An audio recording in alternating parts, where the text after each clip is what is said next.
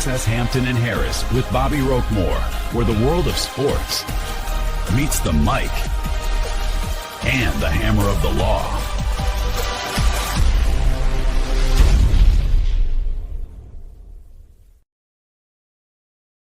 And good evening, everybody. Welcome to a late night edition of Hampton and Harris, along with Bobby Roquemore. I'm Rickey Hampton, along with my great friend John Harris, coming to you on a Thursday evening.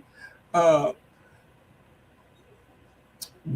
two of the Eastern Conference semifinals just ended in Detroit with the Detroit Pistons knocking off the Cleveland Cavaliers 2-0. They joined the New York Knicks, who beat the Philadelphia 76ers last night to go up 2-0. And San Antonio just stormed back and put a beat down on Minnesota last night to even that series up at 1-1. So we got this is an interesting time of year. For me, John, all these years covering all these sports, the NBA playoffs have always been my favorite time. Yeah, it's exciting time. I mean, you finally get to see the best teams matched against each other for more than one time. So we get to watch adjustments, or as teams climb up the ladder, we get to see, we see their weaknesses more pronounced, or things like that. Things you do not see in the regular season in a one-off in one game. You see it in a series. You see, why a team is really good or why a team is where they are. And we've already seen it in the first round, and we're already seeing it in the semifinal round in almost every one of the games so far. Yeah, I mean, that's well said, JD. Let's dig in on this Pistons game a little bit. Pistons won 107-97 over Cleveland. Kay Cunningham had 25 points. I think 15 of those came in the fourth quarter, 25 points, 10 assists. And he had 5 turnovers tonight, because turnovers are a problem for Cade also. I think the starter game for the Pistons, the start of the playoffs, the secondary star, Cunningham, has been fantastic. But Tobias Harris has been tremendous. And he was again tonight, 21 points on 9 of 16 shooting. Made some big shots, JD, when Cleveland got close. And Duncan Robinson continues to shoot the ball well. And what the Pistons do, the two things they always do, they play tremendous defense and they hustle. And that carries them when Cunningham, and they got a finisher in Cade Cunningham. 15 points tonight. Donovan Mitchell, 31 points for the game. Allen had 22 points. And the problem in Cleveland, I think, is James Harden, JD. The stat line tonight, 10 points, 3 of 13 from the field. He only had 4 turnovers, but JD, it felt like he had 6 or 7 because he was barely getting some of those passes off. The Pistons got these young guys like Asar Thompson and Ron Holland, who have clearly been assigned to harass him at every level. And along with Kay Cunningham will get after you. And Harden looks like, he looks like same guy who's been in the playoffs for the last few years. Yeah, I mean, those numbers you just put out there, they're unacceptable. I'm just going to put it that way. Unacceptable. And he's James Harden. That's who James Harden has been, right? It's in the playoffs. And I think you bring up a good point of the people that are defending him. It's going to cause them, they're long, they're aggressive. They're going to cause them more problems. He already enters the postseason with, a confidence issue. And, he was 3 for 13 tonight. You say that's just not going to 3 for 13, yeah. Not going to cut it. It's just not. And he had a critical turnover late in the game. Yeah. I think the Pistons were up 1 possession and he turned it over. But JD, you said something early that I think is one of the reasons he struggles in the playoff. Okay, you're playing against James Harden tonight. We coming in off a back-to-back, so you don't have film of him or whatever. So you can't dig in on him. And we're joined by our great friend, Bobby Rockmore. Bobby, I want to get your perspective on this because I'm blaming this loss on James Harden for Cleveland. Yeah, Donovan came to life. I think this series is a referendum on both of them, actually. Donovan said he needed to get out of Utah to, spread his wings. He got out. He's had some playoff quality teams since he's been here. And so it's time for him to show something. And of course, Harden being Harden, I don't remember him throwing the ball away as much. I mean, I was more concerned about the first game, where I was like, who is this? Who are these people? Like, I catch most of the games either, like I said, on League Pass or something, and it's all kind of been positive, even if we lose. So it was kind of a shock. But it's not James Harden disappearing. I think it's just a matter of people still not knowing their roles yet because of a very late mid-season trade, like at the last moment, that kind of changed everything. Bob, what do you think about that trade? I'm just, if you're a team that's trying to elevate themselves in the playoffs, I know he's one of the all-time great scorers or what have you, but is that really the guy you want in the playoffs, whose track record in the playoffs has just not been great? In that regard, that's why you made the trade, right, for the playoffs. I mean, yeah, you make the trade because it's kind of like Eastern Conference Finals or bust. You don't trade for James Harden just to experiment. One thing that was a concern is the Cleveland Cavaliers were apparently the first team to hit the quote second apron. So that affected the way that the Cavs could trade. So they had to make sure that the salary for Darius or somewhere around $37 million matched up with the player that they were trading for. Harden waived his no trade clause. That shows you the respect that Donovan Mitchell has across the league. So the trade itself, I don't have any issues with why it was made and how it was made. Of course, Darius has 10 years, younger, 10 more years of life left in his basketball body per se. But he said how he was playing on 9 toes and all of that. It's rough in the Eastern Conference. A lot of big bodies. And having James Harden as a bigger guard did help down the stretch.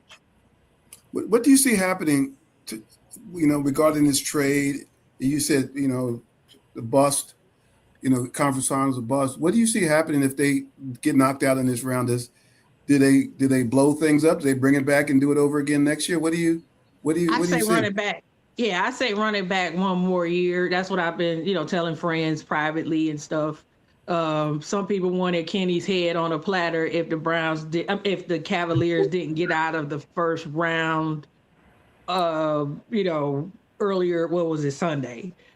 So, just getting people to accept the fact that Kenny Atkinson is going to be here at least one more year. And I think that's when you kind of blow it up because, okay, yeah, who's in the market? I mean, no disrespect to the Orlando coach, but I just don't see any coaches out there that could come in and have more of an impact than Kenny on this roster.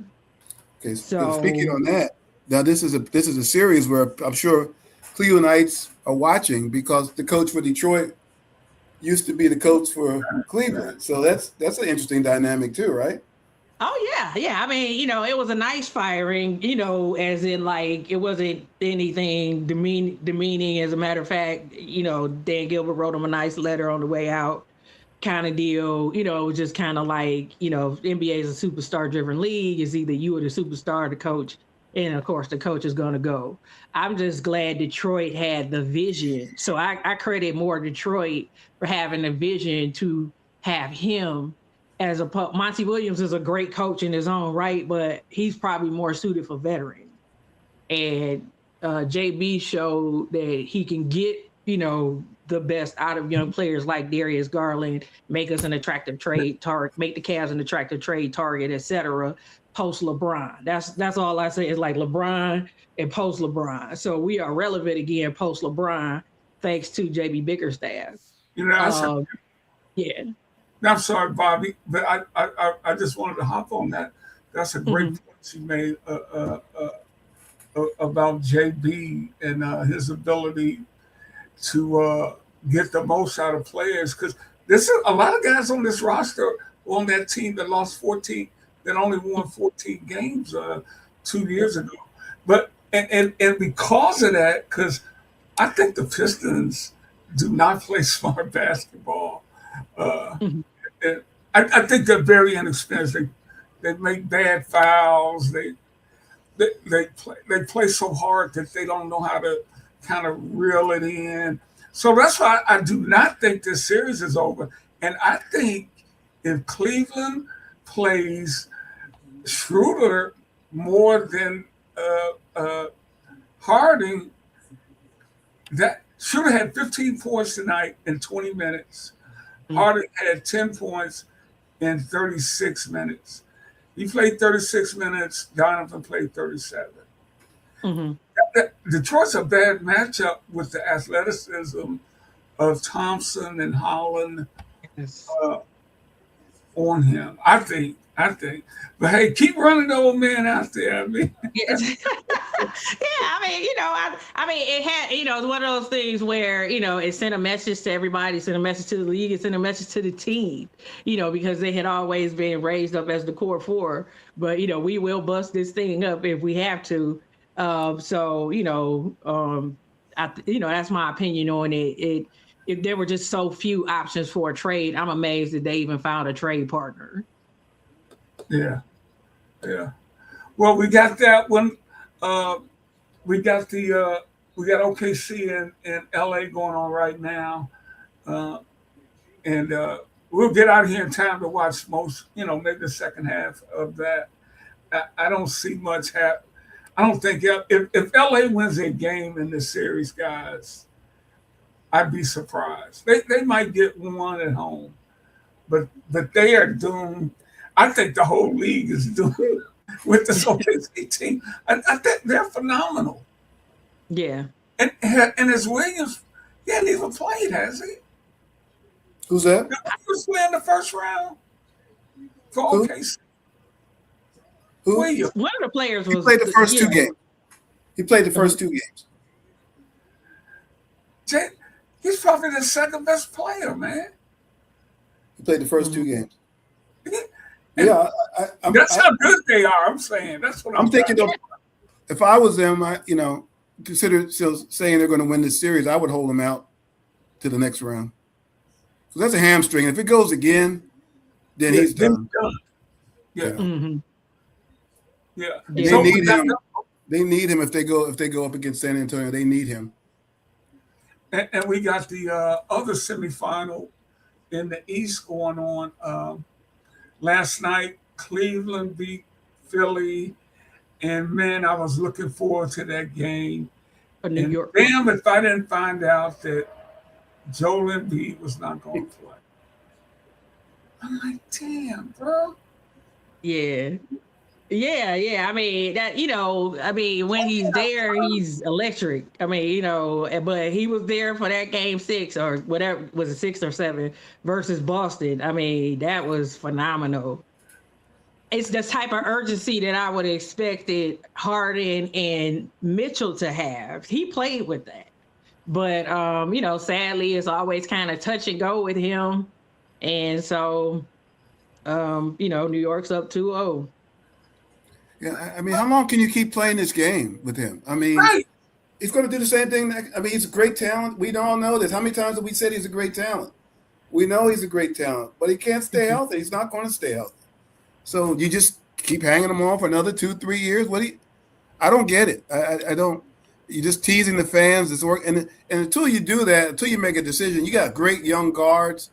You've got a nucleus here, and you're still wondering on, is Joel going to be here this time? Is he going to be here next time? I mean, unless he loses 20, 30 pounds, right? And I don't see that happening. Right. This is going to keep, the foot, leg, soft tissue injury. He's going to keep having them. I don't think it doesn't look like he's ever been in shape his entire career, even when he was a younger guy. Uh, but that was very disappointing. With Embiid, that's a game they might have been able to win. But the thing about, I think that was you that I've been talking to several people about that, because Philly's my other team, man, and he's never there when you need him.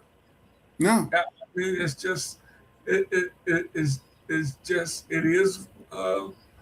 what it is. But I'm looking at the Tendex ratings, and wow, the Knicks are at 115 and 97 to Philly's 97, and I'm sure that's factoring in Embiid. Yeah, most of those were without the lack of Embiid. Yeah, most of those were without Embiid. I mean, actually, it was interesting. The only two teams that advanced that had lower Tendex ratings than their opponent were Cleveland against Toronto, and Philly against New York. Philly against Boston. Boston had a higher rating, and Toronto had a higher rating. Those are the only two teams that won. And generally, it's the other way around. The team that has a higher rating wins. So that shows you how even those series were. I mean, what Cleveland and Toronto went to Game 7, right? Three. What did they say? 3 of the series went to Game 7. Yeah. 3 of the 4 in the East, right? Yep. Yeah. Went to a Game 7. Yeah. And New York and went three of the 4 in the East went to a Game 7.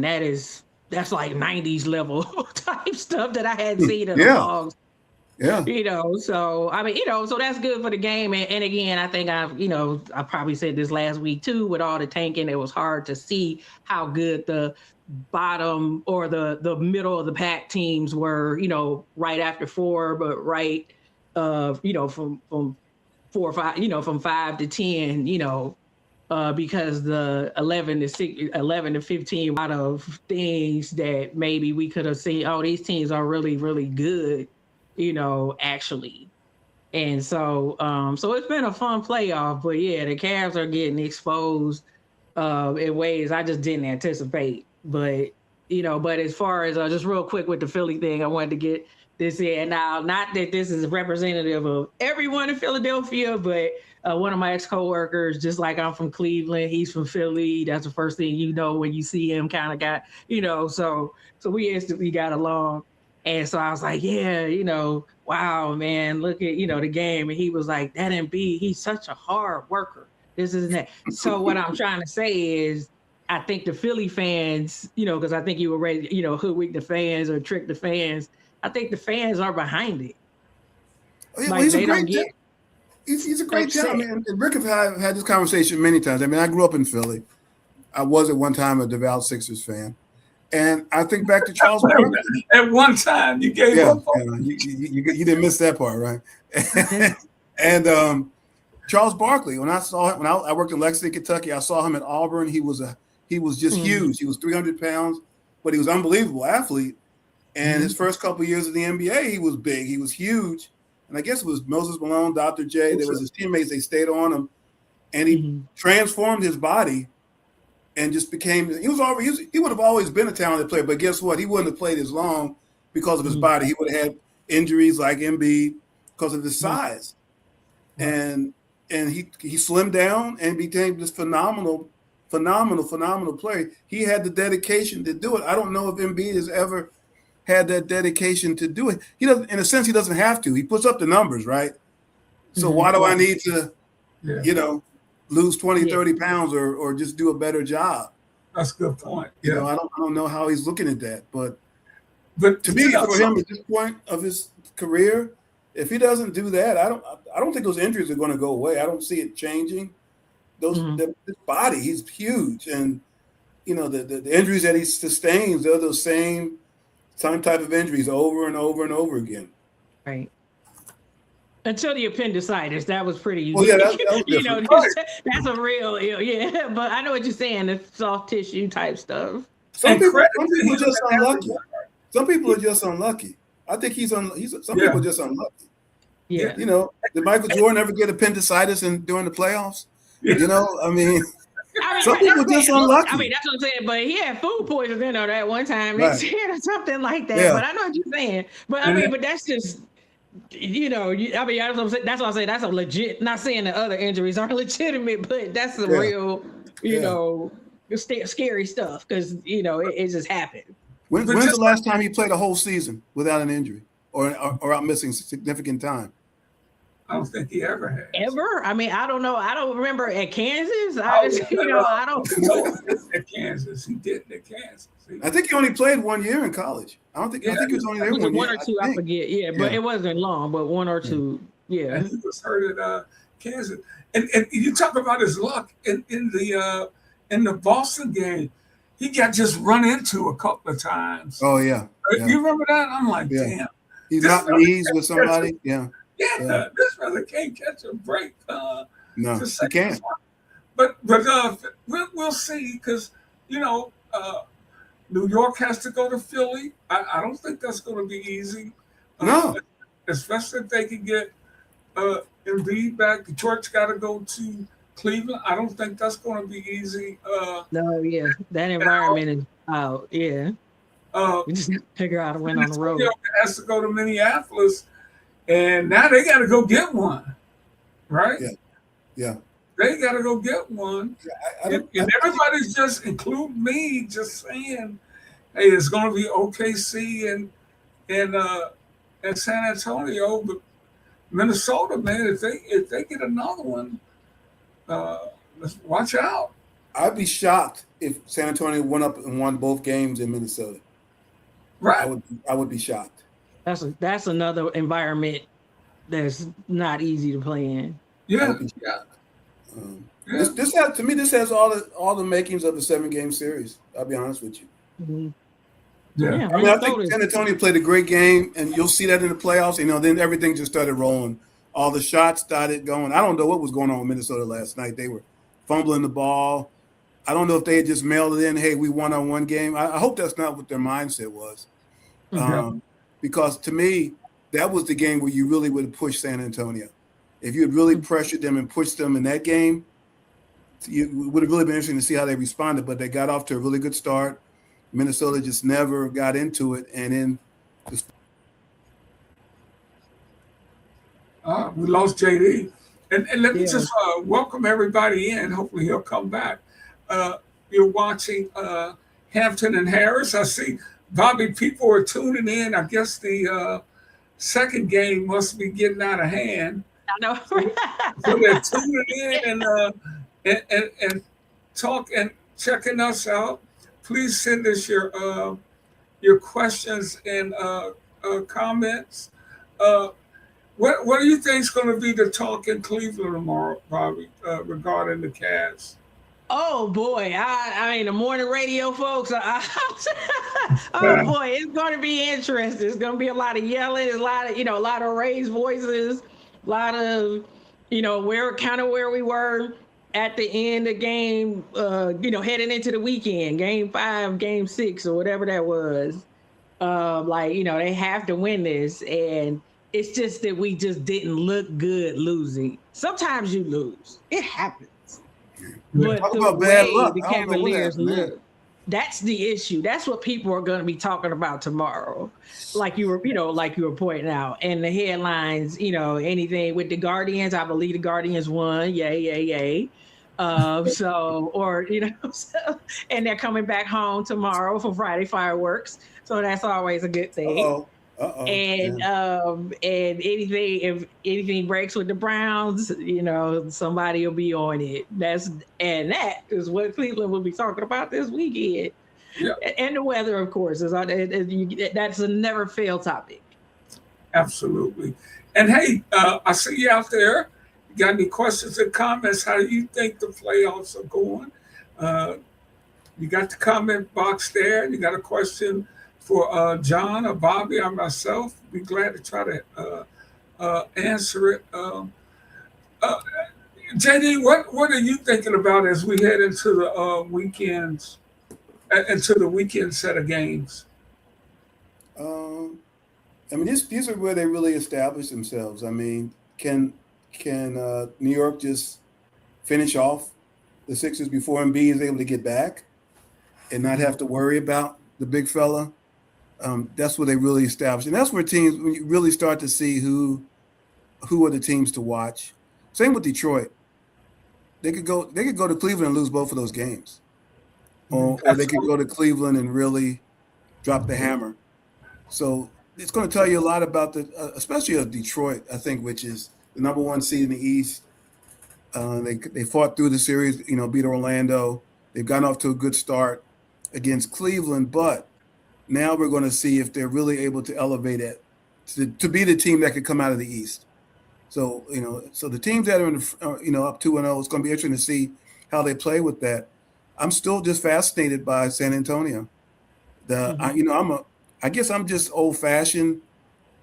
It's just hard for me to see a team that hasn't been in the playoffs in 5 or 6 years, and most of the guys and the coach have never even been in the playoffs. Just jumping from that to winning the championship. If they do, it's going to be an incredible story.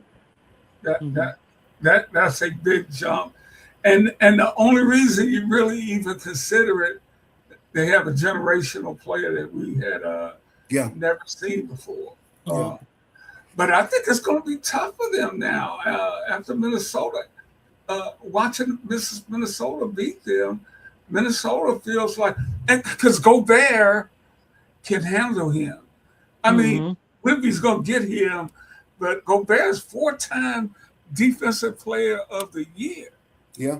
So, hey, and then you get Anthony Edwards on the heater, McDaniel. That might be the most interesting series when it's all said and done. They have pride. I mean, I think San Antonio really took it to them defensively last night, and they didn't let the guards get going. But that's one of the things about the playoffs. We were talking about the playoffs earlier. It's a game-to-game adjustment, right? So the Spurs really kicked Minnesota's butt, especially the backcourt, yesterday. So, okay, now what did the Timberwolves do? And how do they, relieve some of the pressure, the ball handling pressure from their guards? And are they able to do it? Or is San Antonio able to continue to keep that pressure on? It's different going on the road. I don't think some of the blocks or some of the aggressive plays that Wemby got at home, they may be fouls in Minnesota. So it'll be interesting to see how the officials call the game and how the Spurs just respond to this. This is new territory for them, and I'm just fascinated to see how they're going to respond to Game 3 in Minnesota. Now, if they go out and take Minnesota to the woodshed next game, I think that series is over. Really? Oh yeah, yeah. Well, I don't know, Jay. They'll be up 2-1. I was going to say 2-1. Yeah. So whoever went tomorrow. Yeah. They were going 2-1. I'm peeking over here every now and then at this Lakers. Okay, so I don't know what the Lakers can do. I mean, if LeBron was 25, they'd be in trouble. Let alone 41. They just don't have the personnel. I think they can get a game.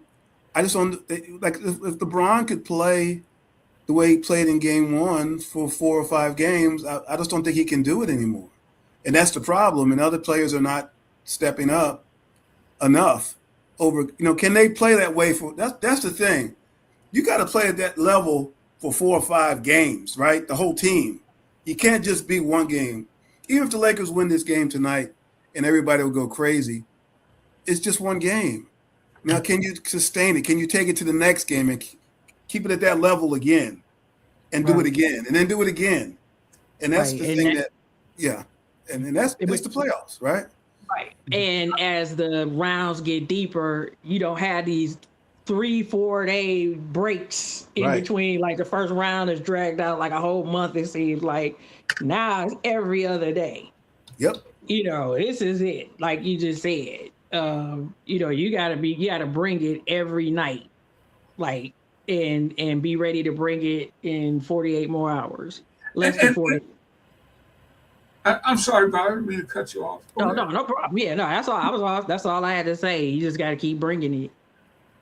And again, man, and JD and I were talking about, I think right before you got on the air, the way teams can dig in on you, the way they can scout you is any weakness you got, as JD said earlier, they gonna find it and they will eat it up if you don't do something about it. And Right. I go back to Harden's struggles in the playoff. I think that's what has happened to him over the years, because he goes through the regular season, he sees somebody on a back to back, and nobody scouted him, man. They just played last night. So he gets his. Now what does he like to do? What can we take away? What if we get up in his face? And then they do that to all players. But I think it really takes away from his effectiveness, because number two, he can't get to the foul line like he does in the regular season, because they don't call the games the same way. The same in the playoffs. On paper, Cleveland has a dynamic backcourt, right? Maybe the best backcourt in the playoffs. You know what I'm saying? Yeah, they've been great together in the regular season. What I've seen, and it's just like I said, what I saw on Sunday, I could not believe, or Tuesday, I'm sorry, I could not believe what I was watching in Game 1. They've got to play like the best backcourt, the dynamic backcourt that they are. They're a dynamic backcourt, right. And they seem to like each other. I mean, like I said, this is not a negative situation, or like I said, people talk about Harden like a dog, but it seems like it's just sometimes it just doesn't work, and they're again still figuring each other out. And after Game 1, I appreciated him. He owned up to his turnovers. He talked about trying to be better. I think because these guys make so much money, people don't think they want to win. These guys, they want to win. They got pride. Harden knows his legacy. Tobias Harris, I don't know if you guys heard him talking after he's been on this hot streak, and he was talking. No, after Game 7, he exploded for 30 points, I believe. And his last Game 7, he was in Philly and had a donut. Oh, yeah, that's right. He brought it up himself. Yeah. He said, if I ever got another chance in a Game 7, I was going to try to make amends, and he did. So. Oh, yeah, that's right. Okay. Yeah. So you're watching Hampton and Harris with our great friend Bobby Rockmore. Hey, we want to get into some non-basketball stuff before. It's a good thing we got an attorney now, because I think Mike Grape was going to need one, JD. Family law, I don't know. Yeah, go ahead, y'all. You want me to run your office phone number across the scroll? Family law, yeah, he needs a family law lawyer. I wasn't expecting all. Remember, I said, hey, that incident. Remember, I said that incident. Yeah. Oh no, that's not enough, and it just keeps getting worse and worse.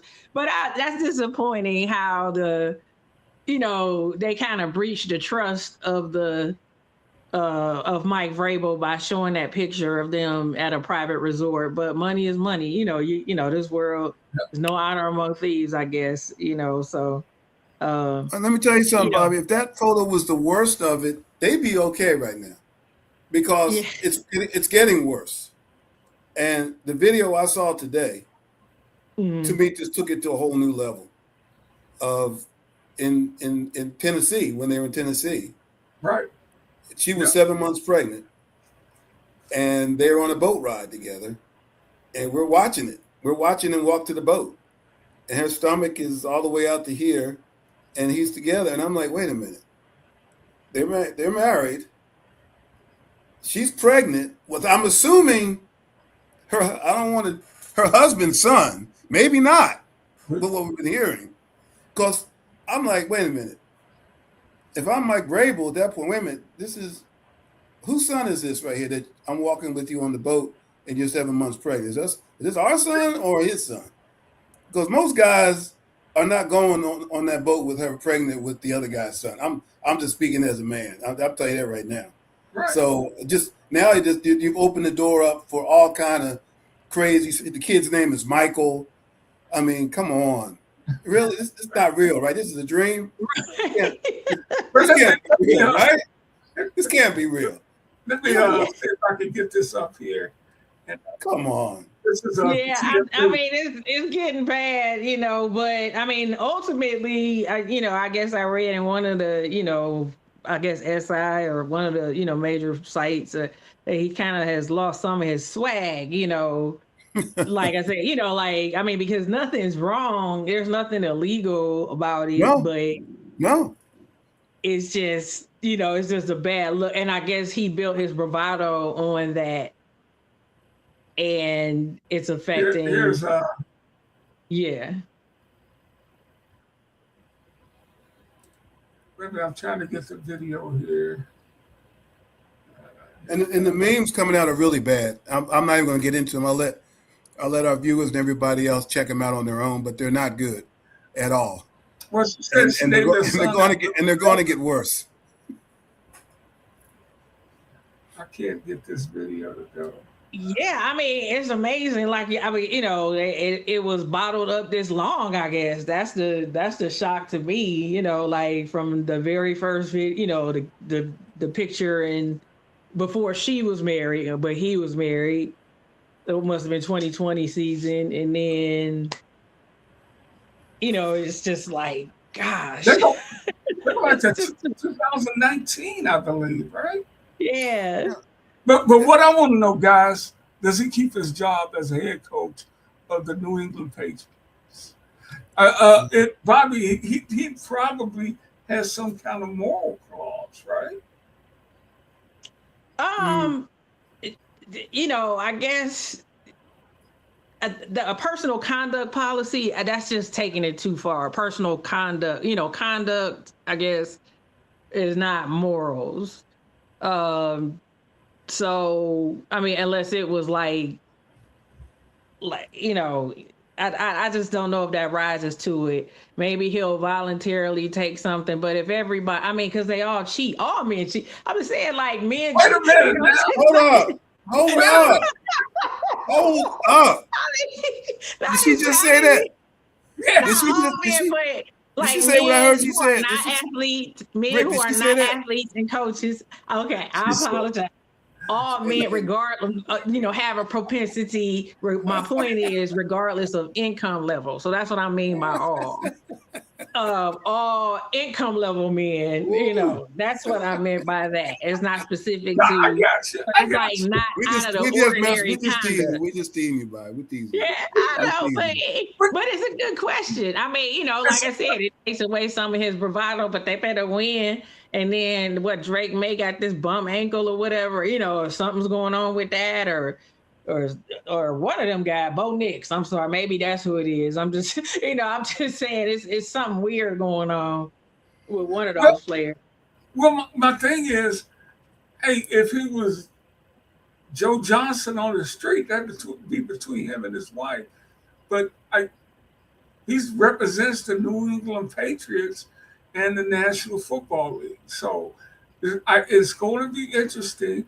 And it's still, hey, really between he and his wife, right? Yeah, but JD, I think he has a larger platform. Well, I don't think he's going to lose. I agree with Bobby. I don't think it's going to, if he loses the job, it's not going to be because of that. Some people now have been speculating. They're going, the problem that's happening now, people now are going back into the archives. They're looking at the stories that she's written.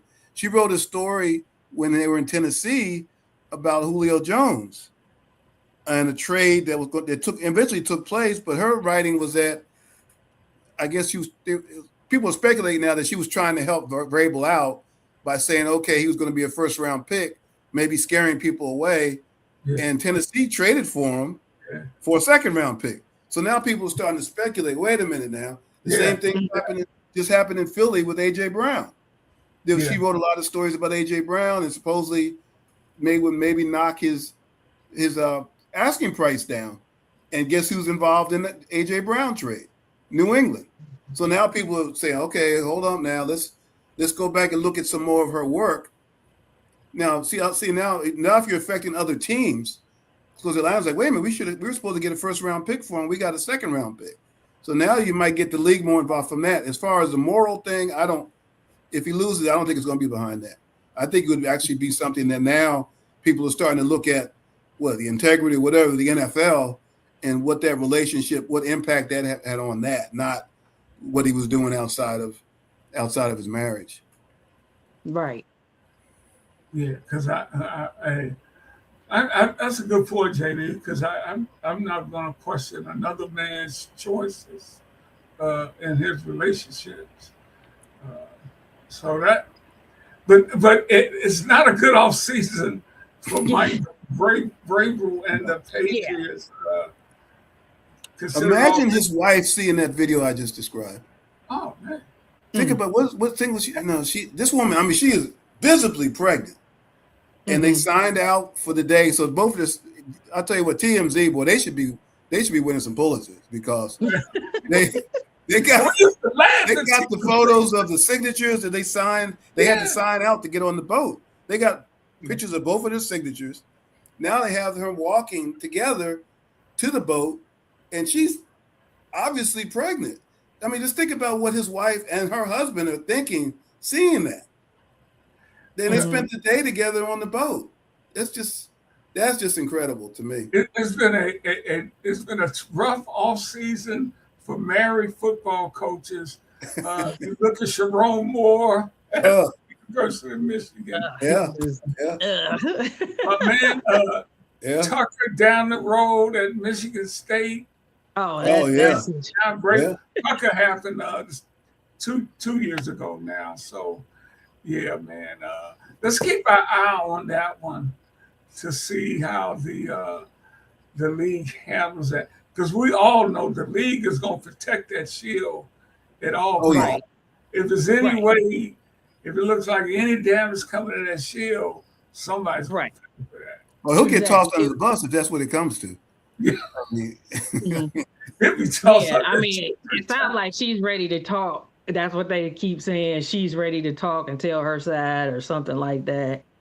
So I don't know.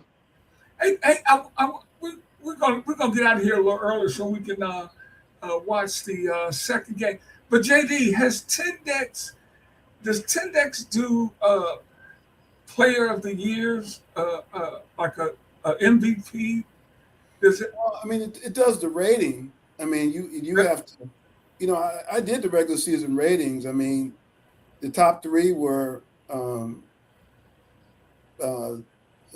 Joker, Luka, and SGA. That's just their rating.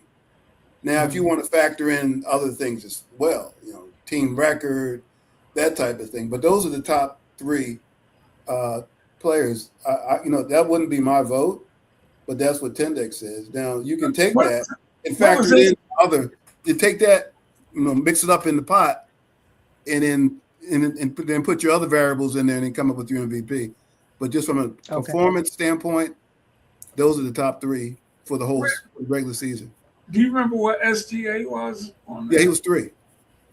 He was 3. I thought you said Joke. Okay. You know, Joker's 1, Luka's 2, and SGA's 3. And SGA and Luka's very, very close. You could flip a coin on them. But Joker clearly has the best rating amongst all NBA players. Again, but that's just purely numbers. You know, if you want to factor in, and that's what I think about Tendex. You can take Tendex, like when we look at the draft, you can take the player's rating, then you can factor in other things. Experience level. Can he play the same position in the NBA that he plays in college? You know, if he's playing like center in college, but he's going to have to play small forward in the NBA, you'd have to take that into account, probably knock his rating down a little bit because he's not going to be playing the same game. He's going to have to face the basket more, dribble more, where probably in college he has his back to the basket more. That's like the Duke player. He might face that. He's a low post player, but I don't know if he has a low post NBA game. Or maybe he does as a 6th man. You know, maybe not as a starter, maybe as a 6th man. So those are things that you have to look at when you look at the Tendex rate. The Tendex is a guide to give you an idea of who the best players are. And clearly it tells me those are the 3 best players. And the order you want, that's kind of up to you. Or you might have somebody else you think is better. Where's Wemby in that? He's not. He's like in the top 10, but he's not. It's interesting. He doesn't minutes wise. He didn't play even he as well as but he didn't play a lot of minutes. And that doesn't necessarily impact his rating, but he didn't play like a ton of minutes, which is interesting as well. He probably played 500, 600, 700 minutes fewer than like those guys, which is a lot. That is a lot. Yeah. Yeah. Well, any final thoughts, guys?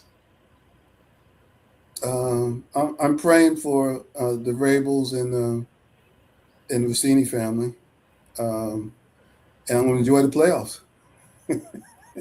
I second. Well, let me just get everybody caught up. LA's tied it up. Oh wow! What's the score?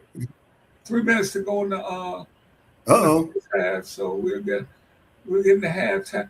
You know, who's a good player I like is for LA is Hachimura. I don't know how to pronounce his name. They finally found out how to use him. He's a very good shooter. Very good shooter. Yeah. Rory Hachimura. Yeah. I'm sure we'd love to see him in Detroit.